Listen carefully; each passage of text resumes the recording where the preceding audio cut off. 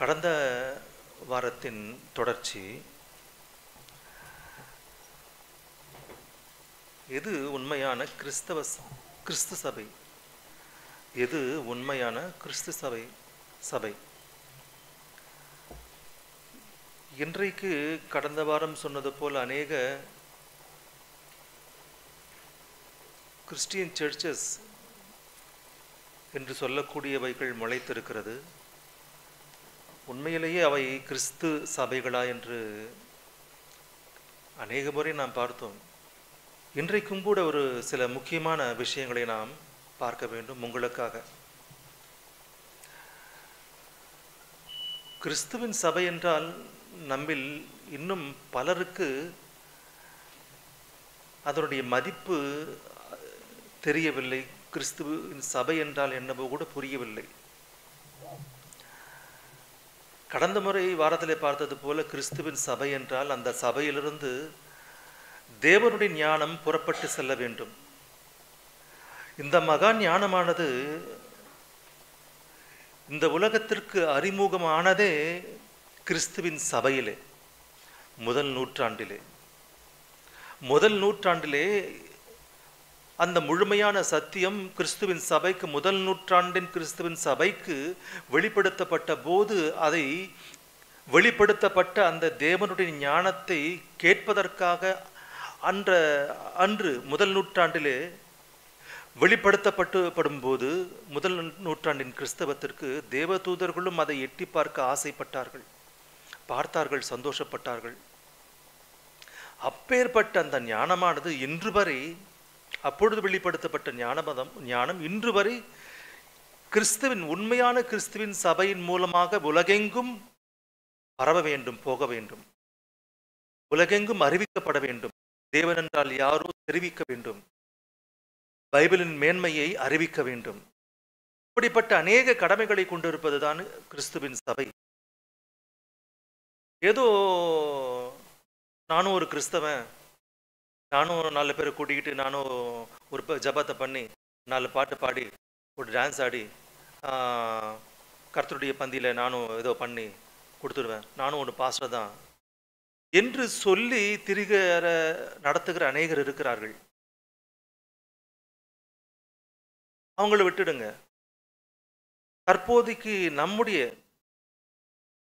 மத்தியிலே ஒரு சில சலசலப்புகள் இருக்கிறது, ஒரு சில தவறான புரிதல்களும் இருக்கிறது. அவர்களுக்காக இன்றைக்கு சொல்ல நினைப்பது என்னவென்றால், கிறிஸ்துவின் சபை இருக்கக்கூடிய மற்றும் ஒரு முக்கியமான தகுதி என்னவென்றால் ஐக்கியம். யோவான் எழுதிய முதலாம் நிருபம் 1 அதிகாரம் 3 வசனம். நீங்கள் யாரோடு ஐக்கியம் உள்ளவர்களாக இருக்க வேண்டும்? நீங்கள் எங்களோடு ஐக்கியம் உள்ளவர்களாக இருக்க வேண்டும். எங்களுடைய ஐக்கியம் யாருடன் இருக்கிறது என்றால், யாருடன் இருக்கிறது? எங்களுடைய ஐக்கியம், அதுக்கடுத்த கடைசி வார்த்தை, எங்களுடைய ஐக்கியம் பிதாவோடும் அவருடைய குமாரனாகிய இயேசு கிறிஸ்துவோடும் இருக்கிறது. நீங்கள் எங்களோடு தொடர்பு கொண்டு நீங்கள் எங்களோடு ஐக்கியமாக இருக்க வேண்டும். பிரதர், நான் இருக்க முடியாது, நான் செப்பரேட்டா இருக்கிறேன், இதோட நான் தொடர்பு கொள்ள முடியாது, தொடர்பில் இருக்க முடியாது, ஐக்கியமாக இருக்க முடியாது என்று சொல்லிக்கொண்டு நான் பிதாவோடு ஐக்கியமாய் இருக்கிறேன், நான் பிதாவை நேசிக்கிறேன் என்று சொல்லுகிறவர்கள் பொய்யர்கள் என்று பைபிள் கூறுகிறது. அதற்கடுத்து வருகின்ற வார்த்தைகளை பாருங்க. 5ஆம் வசனத்திலிருந்து, தேவன் ஒளியாய் இருக்கிறார். பொறுமையா நான் படிக்கிறேன், கேளுங்க. தேவன், எத்தனையோ வாட்டி நான் சொல்லியாச்சு, புரியுதல் ஏன் தெரியல, தயவு செஞ்சு புரிஞ்சுக்கோ, நல்லது. இதுக்கு முரண்பாடாக நீ நடந்தீங்கன்னா ரொம்ப கொடூரமா மாறிடுங்க. ஒண்ணு நீங்க வெளியிலேயே இருந்துட்டா பரவாயில்ல, உண்மையான கிறிஸ்துவின் சபைக்குள்ளே வந்து அநேக காரியங்களை செய்து திரும்ப புரியாமல் வெளியே செல்வது என்பது கொடுமையில் கொடுமை. அது தேவன் ஒளியாயிருக்கிறார், அவரில் எவ்வளவேனும் இருள் இல்லை. 6ஆம் வசனம், நாம் அவரோடு ஐக்கியப்பட்டவர்கள் என்று சொல்லியும் இருளிலே நடக்கிறவர்களாயிருந்தால் நமக்குள்ள என்னது சத்தியம் இல்லை. 7ஆம் வசனம் இது பாருங்க. தேவன் ஒளியில் இருக்கிறது போல நாமும் ஒளியிலே நடந்தால் ஒருவரோடு ஒருவர் திரும்ப படிக்கிறேன்பாங்க. அப்போஸ்தலனாகிய யோவான் எழுதின 1வது நிருபம் 1ஆம் அதிகாரம் 7ஆம் வசனம். தேவன் ஒளியில் இருக்கிறது போல நாமும் ஒளியிலே நடந்தால் நாம் அனைவரும் நாம் அனைவரும் நாம் அனைவரும் ஒருவரோடொருவர் ஐக்கியப்பட்டிருப்போம். இருக்கா? நாம் அனைவரோடும் அப்படி சொல்லி நான் தமிழ்ல ஆட் பண்ண நான் அப்படிதான் படிக்கணும். கஷ்டமா இருக்குங்க இங்க தமிழ்ல. அவர் ஒளியில் இருக்கிறது போல நாமும் ஒளியிலே நடந்தால் ஒருவரோடொருவர் ஐக்கியப்பட்டிருப்போம். யார் ஒருவரோடொருவர்? நாம் அனைவரும் ஒருவரோடொருவர் ஐக்கியப்பட்டிருப்போம். சபை என்றால் அனைவரும் கூட ஐக்கியப்பட்டிருப்பதுதான் சபையே. கிறிஸ்துவின் சபை, மெய்யான கிறிஸ்துவின் சபை. இல்ல நாங்கெல்லாம் வேற, நீ வேற, என் வழி தனி வழின்னா போகும், தனி வழி. அவர் ஒளியில் இருக்கிறது போல நாமும் ஒளியிலே நடந்தால் நாம் அனைவரும் ஒருவரோடு ஒருவர் ஐக்கியப்பட்டிருப்போம். அப்பொழுதுதான் நம்முடைய பாவங்கள் அனைத்தும் கூட இயேசு கிறிஸ்துவானவர் கழுவார். இருக்கா பைபிள்ல? எப்பொழுது? நாம் அனைவரோடும் ஒருவரோடு ஒருவர் ஐக்கியப்பட்டிருந்தால் அப்பொழுதுதான் பிதாவானவர் நம்மோடு இருப்பார். அவரோடு கூட நாம் ஐக்கியப்பட்டவர்களாக இருக்கிறோம் என்று பொருள். இல்லைங்க பிரதர், எங்க குடும்பம் செட் ஆகாது பிரதர், வரல பிரதர்னா தப்புங்க, மாதிரி சொல்லக்கூடாது. தேவனுடைய சபையினிடத்தில் நீங்கள் வர வேண்டும். என்ன சொல்றாரு? நீங்கள் எங்களோட ஐக்கியம் உள்ளவர்களாகும்படி. 3ஆம் வசனம் அதே அதிகாரம். நீங்கள் எங்களோடு ஐக்கியம் உள்ளவர்களாகும்படி நீங்க வாங்க, நீங்க எங்க வாங்க, சபைக்கு வாங்க, சபைக்கு வந்து ஐக்கியப்பட வேண்டும். இல்லைங்க பிரதர், அங்க சபையில வந்து பேர் கூட எங்களுக்கு செட் ஆகாது பிரதர். செட் ஆகாதா அப்படின்னு நீயும் செட் ஆக மாட்டீங்க தேவனுக்கு. சபை என்றால் என்னமோ அதனுடைய மதிப்பு சொல்றாரு, அதனுடைய மதிப்பு கூட நிறைய பேருக்கு தெரியல.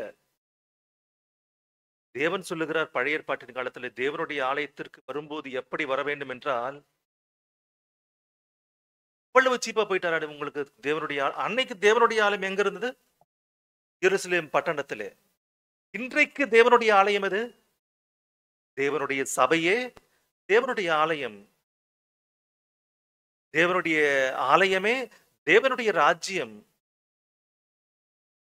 அப்படிப்பட்ட இந்த மகா ராஜ்யம், அப்படிப்பட்ட இந்த சர்வ சங்கமாகிய இந்த சபை, இந்த சபையா கிறிஸ்துவின் சபை, இந்த சபையினிடத்திற்கு வரும்போதே நீ எப்படி இருக்க வேண்டுமோ தெரியுமா? நீங்க என்னடனா வரமாட்டீங்க. நான் வரல, வேணும்னா நீங்க வாங்க. ஞாயிற்றுக்கிழமை இனிமே சண்டே யாராவது வெளியே கூப்பிட்டாங்கன்னா சண்டே வேண்டாம், பாலம் தவிர்த்துடுங்க, வேண்டாம். சண்டே மார்னிங் தவிர மற்ற நேரத்தில் நீங்க போங்க. ஈவினிங்கு சாட்டர்டே மற்ற நாள் சண்டே மார்னிங்கு இங்க வந்துருங்க. யாரெல்லாம் இங்க இருக்கீங்களோ எல்லா இடத்துலையும் மோஸ்ட்லி இது ஃபாலோ பண்ணுங்க. தேவனுடைய ஆலயத்திற்கு வரும்போது நீ எப்படி இருக்க வேண்டும்? பிரசங்கி புத்தகம் 5ஆம் அதிகாரம் 1ஆம் வசனம். பிரசங்கி புத்தகம் 5ஆம் அதிகாரம் 1ஆம் வசனம். அன்றைக்கு இருந்த தேவனுடைய ஆலயத்திற்கு வரும்போது அன்றைக்கே சொன்னார் பாருங்க. அன்றைக்கு ஆலயம் எருசலேமில் இருந்தால் இன்றைக்கு ஆலயம் நாம் என்றால், கிறிஸ்துவின் சபை என்றால், அந்த சபையினிடத்திற்கு வரும்போதே நீ எப்படி இருக்கணும்? நீ தேவாலயத்திற்கு போகும்போதே, போன பிறகு போகும்போதே நீ எப்படி இருக்க வேண்டும்? நடை, உன் நடை என்றால் உன் செயல்பாடுகள். நிறைய பேர் உட்காருவாங்க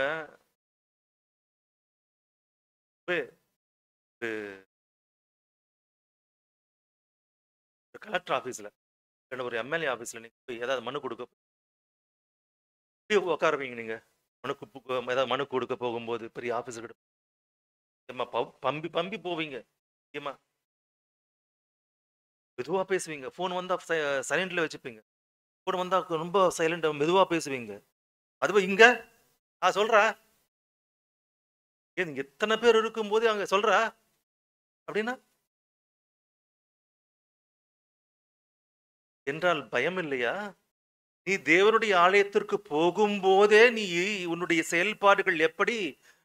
நடையை காத்துக்கொள். பயந்திரு.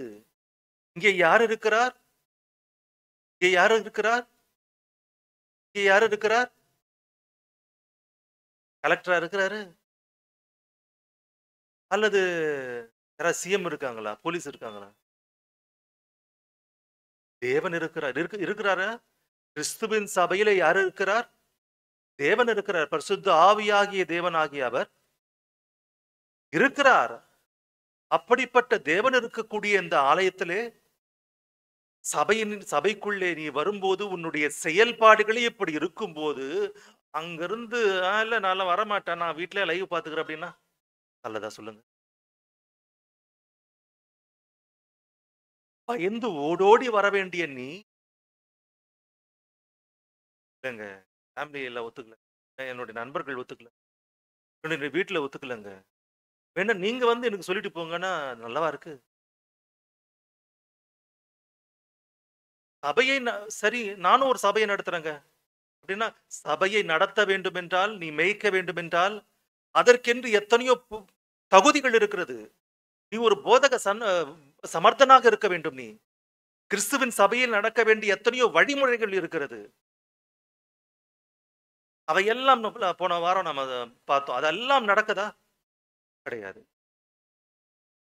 இன்னும் ஒரு சில விஷயங்கள் கூட சபை என்றால் அதற்குள் கிறிஸ்துவின் உண்மையான சபைக்குள் நடக்க வேண்டிய காரியங்களில் மற்றும் ஒன்று பாருங்க. அப்போஸ்தலருடைய நடபடிகள் 19ஆம் அதிகாரம் 9ஆம் வசனம். அப்போஸ்தலருடைய நடபடிகள் 19ஆம் அதிகாரம் 9ஆம் வசனம். அப்போஸ்தலனாகிய பவுல் விசேஷத்தை சொல்லி அநேகரை கொண்டு வரும்போது, அப்படியாக வந்தவர்கள் ஒரு சபையாக சேர்ந்து என்ன செய்கிறார்களோ பாருங்க. இந்த காரியம் எந்தெந்த சபைகளிலே நடக்குதோ நீங்க சொல்லுங்க இப்போ.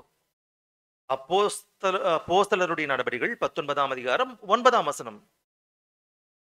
அனுதினமும் அடுத்த பக்கம் வலது பக்கமா? அ- அனுதினமும் அனுதினமும் சம்பாஷணை பண்ணுகிறார்கள். எதை குறித்து? என் பொண்ணுக்கு கல்யாணம், ஒரு நல்ல பையனை பார்க்கணும். இல்ல என் பையனுக்கு நல்ல பொண்ணை பார்க்கணும். இல்லைன்னா ஒரு நல்ல இடத்த பார்க்கணும். இல்ல என் பையனுக்கு நல்ல வேலையை பார்க்கணும். வேலை வேணும். இந்த சம்பாஷணையா? எங்க போய் பாருங்க நீங்க. கட்சி முடிஞ்ச பிறகு பாட்டு பாடி, ஆட்டம் ஆடி, எல்லாம் குத்தாட்டம், கும்மலம் போட்ட பிறகு நெக்ஸ்ட் சம்பாஷணைகள் நடக்கும். ஃபேஷன் ஷோ நடக்கும். எல்லாம் டிப்டாப்பா ரெடி ஆகி எல்லாம் ஒருத்தருக்கு ஒருத்தர் காட்டிப்பாங்க. என்ன சம்பாஷணை? அது அந்த உலக சம்பந்தமான சம்பாஷணை. இங்கே உண்மையான கிறிஸ்துவின் சபை என்றால் அங்கே நடக்கின்ற சம்பாஷணைகள் என்ன? தேவனுடைய வசனத்தை குறித்த சம்பாஷணைகள் அனுதினமும் நடக்க வேண்டும். சபை என்றால் அனுதினமும் தேவனுடைய சபை என்றால் வேலை நடக்க வேண்டும். அனுதினமும் தேவனுடைய சபை என்றால், கிறிஸ்துவின் சபை என்றால், தேவனுடைய வசனமானது அதை குறித்த வேலைகள் நடந்து கொண்டிருக்க வேண்டும். சம்பாஷணை எங்கே நடக்கிறது? சம்பாஷணை எந்த சபையில நீங்க ஒண்ணு காட்டுங்க போதும். முடிஞ்ச பிறகு, பிரசங்கம் முடிஞ்ச பிறகு யாராவது ஓகே, இந்த இந்த பிரசங்கத்துல நான் சொன்ன இந்த பைபிள் செய்தியில ஏதாவது டவுட் இருக்கா கேளுங்க அப்படின்னு யாராவது கேட்பாங்களா? கேட்டார்னா இவர் என்ன பதில் சொல்லுவார்னா, எனக்கு தேவன் கனவுல வந்து சொன்னாரு சொல்லுவார் இவர்.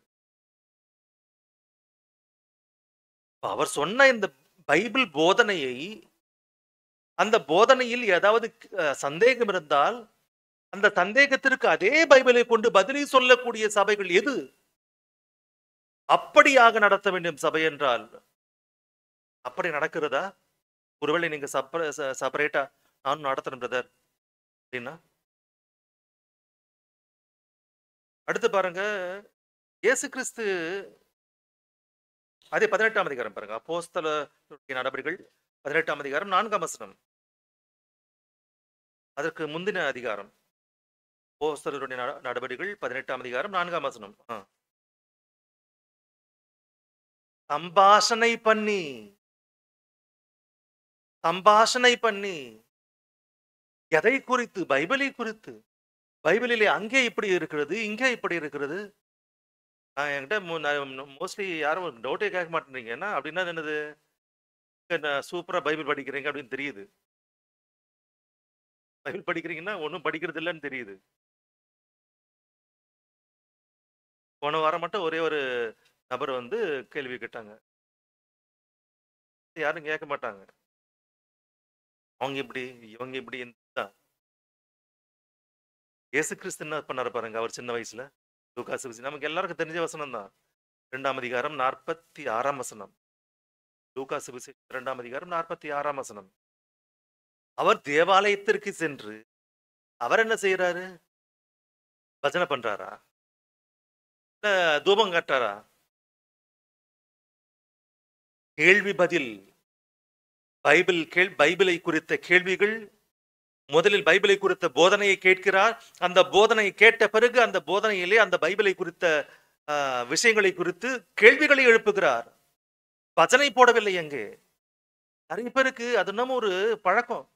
ஆனா போய் அவரு அல்லலியோ சொன்னதான் எனக்கு என்கிட்ட சொல்ல மாட்டாங்க. உள்ள இருக்கும்.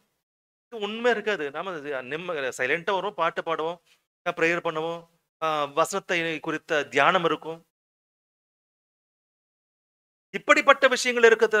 சில பேருக்கு அது குதிச்சாதான் ஒரு சந்தோஷம். அல்லலியோ போடணும் பிரதர், அல்லலியோ போடணுமா? சில பேருக்கு அது அந்த மாதிரி பழக்கமாயிடுச்சு. ஸ்தோத்திரம் கர்த்தாவே சாக்கடிச்சவன் பேசுன மாதிரி பேசினதான் அவங்களுக்கு சந்தோஷமா இருக்கும்.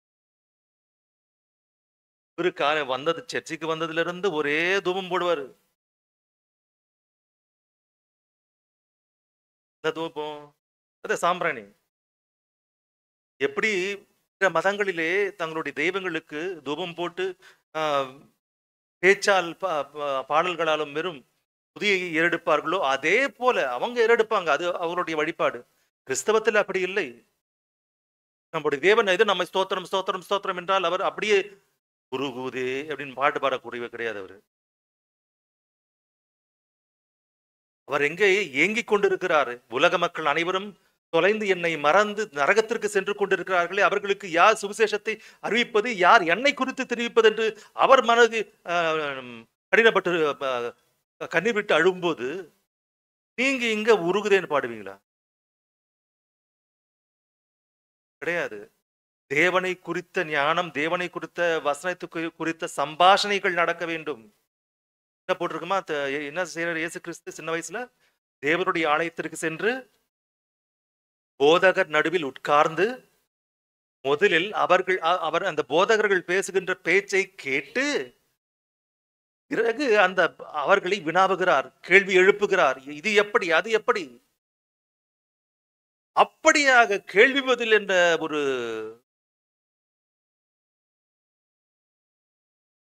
ஒரு வகுப்பை ஏற்படுத்தி சொல்லக்கூடிய சபைகள் எங்க இருக்கிறது? நீ சபையை நடத்த வேண்டும் என்றால் வரக்கூடியவர்களுக்கு அவர்கள் எழுப்புகின்ற கேள்விகளுக்கு பதிலை சொல்லக்கூடிய போதக சமர்த்தனாக இருக்க வேண்டும். அப்பதான். அது எதுவுமே இல்லாமல் இல்ல பிரதர் நாங்க வரலன்னா அது தப்புங்க. தேவனுடைய சபையினிடத்திற்கு நீ ஓடி வர வேண்டும். காட்டிலையா இருக்கீங்க?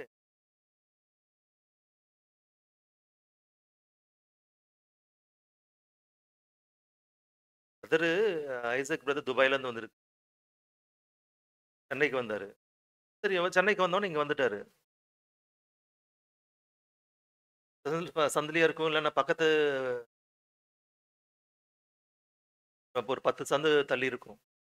நம்முடைய பிரதர்ஸ், நம்முடைய சிஸ்டர்ஸ், நீங்களும் கூட அப்படியாக செயல்படுவது பைபிளின்படி நான் சொல்ல வேண்டிய என்னுடைய கடமை. சபைக்கு வர வேண்டும். இது பைபிள் சொல்லுகின்ற விதி. சபைக்கு வந்து சபையாரோடு கூட ஐக்கியப்பட்டு அவர்களோடு கூட ஐக்கியமாக இருந்து வேலை செய்ய வேண்டும். சண்டை சச்சரவுகளோடு அல்ல. உங்களுக்கு கொடுக்கின்ற பொறுப்புகளை ஏற்றுக்கொண்டு மனத்தாழ்மையோடு வேலை செய்ய வேண்டும். அது சபையில் நடக்கின்ற விஷயங்கள், செயல்பாடுகள். சொன்னார் டாடி, நமக்கு நாம் ஒரு பொறுப்பாளர்களாக இருந்தால் சபையிலே பொறுப்பாளர்களாகிய நாம் சபையை எப்படி நாம் பார்க்க வேண்டும்? அந்த சபைக்கு நாம் பிரபுக்களாக அல்ல, அந்த சபைக்கு நாம் அரசர்களாக அல்ல, அந்த சபையை நாம் கண்காணிக்க வேண்டும். நம்மை நாமே தாழ்த்தி கொண்டு பாருங்க, எத்தனை வாட்டி நாம படிக்கிறது? 1 பேதுரு 5ஆம் அதிகாரம் 3ஆம் வசனம். பேதுருவானவர் எழுதிய முதலாவது நிருபம் 5ஆம் அதிகாரம் 3ஆம் வசனம். சபையை இருமாப்பாய் ஆளுகிறவர்களாக அல்ல, சபையை ஆளுகிறவர்களாக அல்ல. கேட்டீங்களோ? புரிஞ்சுதே தெரியல எனக்கு. வேலை சொல்லும் போது அம்மா தொடப்பத்தை வைத்து கொஞ்சம் பெருக்குங்கம்மா, அம்மா அது கொஞ்சம் துடைங்கம்மா. நம்முடைய பேச்சு அப்படியாக தாழ்மையாக இருக்க வேண்டும். நம்முடைய சகோதரரை நம்மிலும் மேன்மையானவர்களாக பார்க்க வேண்டும். நம்முடைய சகோதரர்களை, நம்முடைய சகோதரிகளை நம்மிலும் மேன்மையானவர்களாக பார்க்க வேண்டும். என்னிலும் உயர்வானவர்களாக பார்க்க வேண்டும். அவங்க நல்லவங்களே கிடையாது, தவறுங்க, சொல்லக்கூடாது. சபைக்கு வருகின்ற அவர்கள் மேலே தங்களுடைய பணத்தை செலவழித்து அவர்களே சமையல் செய்து அவர்களே நமக்கு இலையை போட்டு பரிமாறி நாம் உண்ட அந்த பிளேட்டையோ கிளாஸையோ அவங்களே கழுவி இத்தனையாக செய்யும் போது அவர்களிடம் நாம் பேச வேண்டிய முறை எப்படி இருக்கணும்? நம்ம வீட்டில் போடுவாங்களா? உட்காந்து சாப்பிட போடுவாங்களா? போட்டுக்க போடா அப்படின்வாங்க. மாவே பொருள் போட மாட்டாங்க. போடுறாங்க, சோறு இருக்கு போய் போட்டுக்கூட அப்படின்வாங்க. இங்க வந்தா இந்த எத்தனை நமக்காக நம்முடைய சகோதரர்கள் இத்தனை நமக்காக செய்யும் போது அவர்களை எத்தனை அன்பாக தாழ்மையாக நாம் பார்க்க வேண்டும், பேச வேண்டும். அதிகார தோரணைகள் அல்ல, தாழ்மையாக.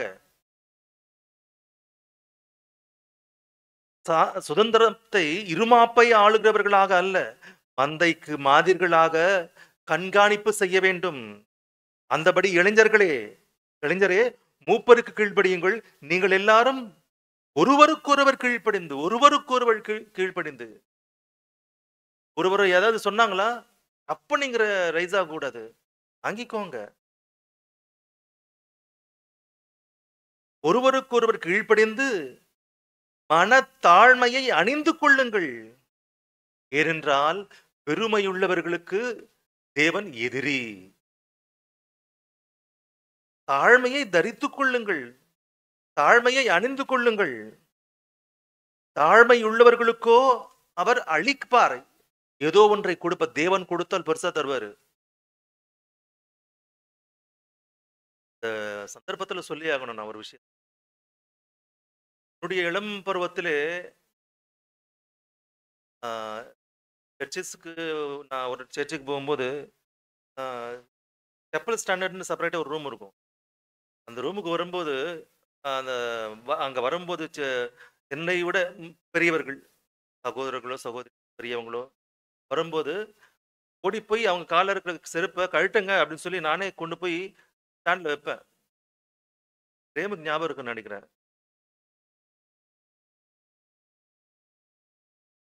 எதுக்கு? தேவனுடைய ஆலயம், தேவனுடைய சபை, இது தேவனுடைய பெரியவங்க இவங்க, அதுக்காக நீங்களும் அந்த மாதிரி செய்யுங்க சொல்லல நான். வேண்டாம். தாழ்மையை தரித்து கொள்ளுங்கள். அப்பேற்பட்ட இயேசு கிறிஸ்துவானவரே கால கழுவினாரு. தன்னைத்தான் வெறுமையாக்கி கொண்டு ஒரு மனிதனாக அவதரித்து மனிதர்களுடைய காலை கழுவினார்கள் என்றால் அவர், நாம் எம்மாத்திரம்? நாம் அதிகாரத்தோரை ஓ அப்படியே பேசுறது? வரக்கூடிய நம்முடைய அந்த சகோதரர்கள் சகோதரிகள் அனைவரும் கூட நம்மிடம் எதற்காக வருகிறார்கள் என்றால், நமக்கு ஏன் நம்முடைய பேச்சை கேட்கிறார்கள் என்றால், இவர்கள் தேவனுடைய வசனத்தை போதிக்கிறார்கள், இங்கே இருக்க வேண்டும், நாம் பேச்சை கேட்க வேண்டும் என்று அவர்கள் எப்படிப்பட்டவர்களாக இருந்தாலும் இங்கே வந்து தங்களை தாங்களை தாழ்த்தி கொண்டு வேலை செய்யும் போது அவர்களை நாம் ஏதோ ராஜாக்களாக பிரபுக்களாக ஆளக்கூடியவர்களாக இருக்கக்கூடாது. மனத்தாழ்மையோடு அம்மா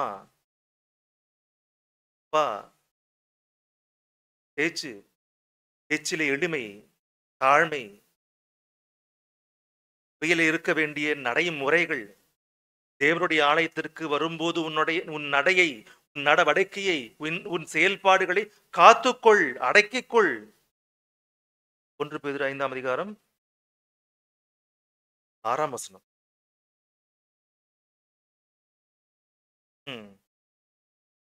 ஏற்ற காலத்திலே தேவன் உங்களை உயர்த்தும்படிக்கு நீங்கள் உயர்த்தப்பட வேண்டும் என்றால் அதுக்கென்று ஒரு காலம் இருக்கிறது. தேவன் கொடுப்பார் உங்களுக்கு பொறுப்பை. அந்த காலம் வரைக்கும் அவருடைய பலத்த கைக்குள் அடங்கி இரு. கைதாகாதீங்க, பல்ல கடிக்காதீங்க. அவன் அப்படி சொன்னா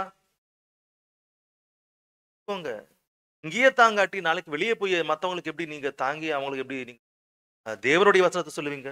அவங்களுக்கு எப்படி நாம ஊழியம் பண்ண முடியும்? அவங்களுக்கு எப்படி நாம வேலை செய்ய முடியும்?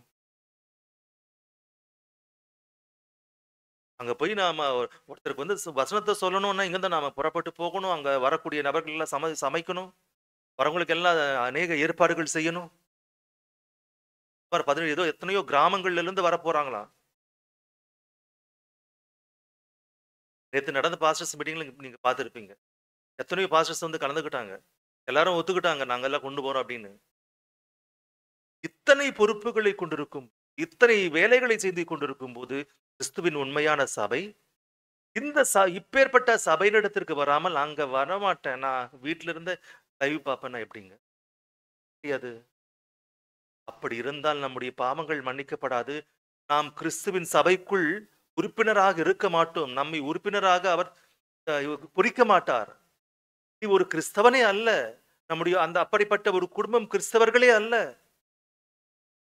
கிறிஸ்துவின் சபையோடு ஐக்கியப்பட்டிருக்க வேண்டும். அப்பொழுதுதான் நீங்கள் கிறிஸ்துவின் சபையின் உறுப்பினர்கள். அப்போதுதான் நீங்கள் கிறிஸ்தவர்கள். அப்போதுதான் நீங்கள் இந்த ராஜ்யத்திற்குள் வருவீர்கள். இந்த ராஜ்யத்திற்குள் இருப்பதினால் உங்களை கிறிஸ்துவானவர் தன்னுடைய வருகையிலே வரும்போது அந்த ராஜ்யத்தை எடுத்துக்கொண்டு போவார். தனித்தனி குடும்பங்களை அல்ல, கிறிஸ்துவன் ராஜ்யத்தை தேவனுக்கு கொடுப்பார். பரலோகத்துக்கு அவங்க போவாங்க.